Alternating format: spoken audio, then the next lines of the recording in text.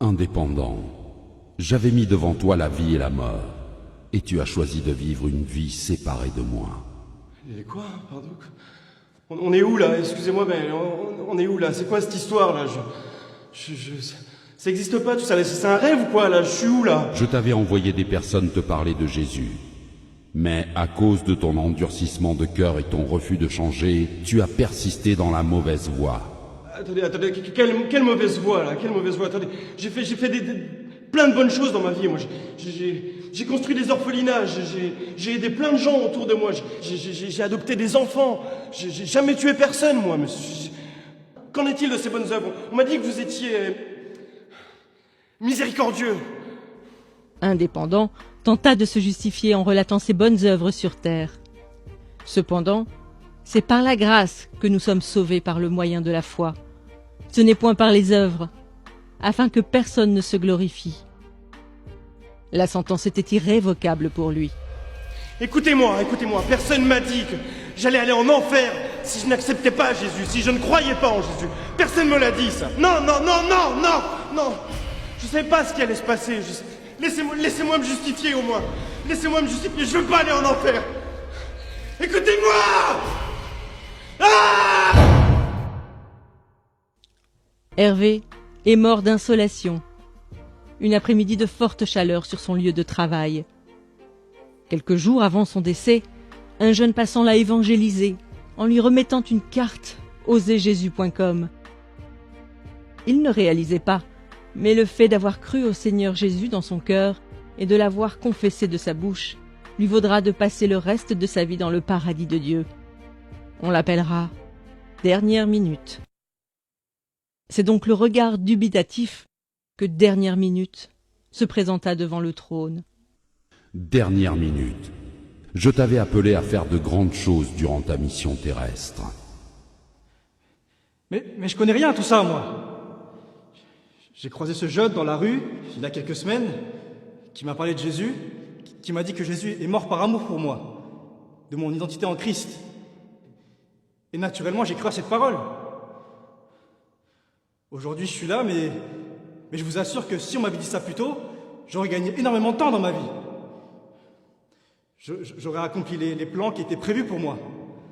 Pourquoi tous ceux qui croient en toi ne témoignent pas de leur foi? Pourquoi? En effet, quiconque invoquera le nom du Seigneur sera sauvé. Dernière Minute a fait le bon choix, peu de temps avant sa mort.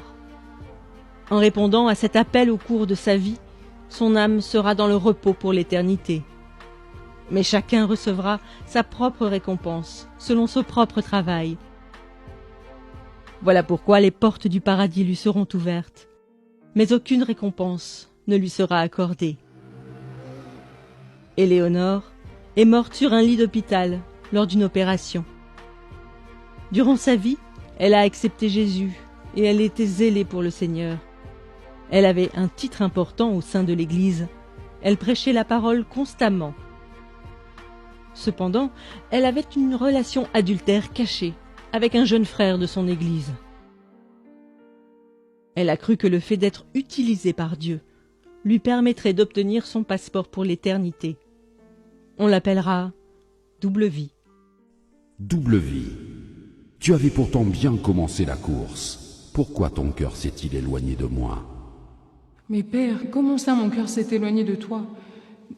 J'ai eu la foi en Jésus, j'ai cru en toi, j'ai engendré des jeunes filles dans la foi, j'ai fait mon ministère, Père. J'ai prié pour des malades, ils ont été guéris par ton nom, Seigneur. La parole de Dieu nous avertit qu'au jour du jugement, plusieurs personnes diront « Seigneur, Seigneur, n'avons-nous pas fait beaucoup de miracles par ton nom ?»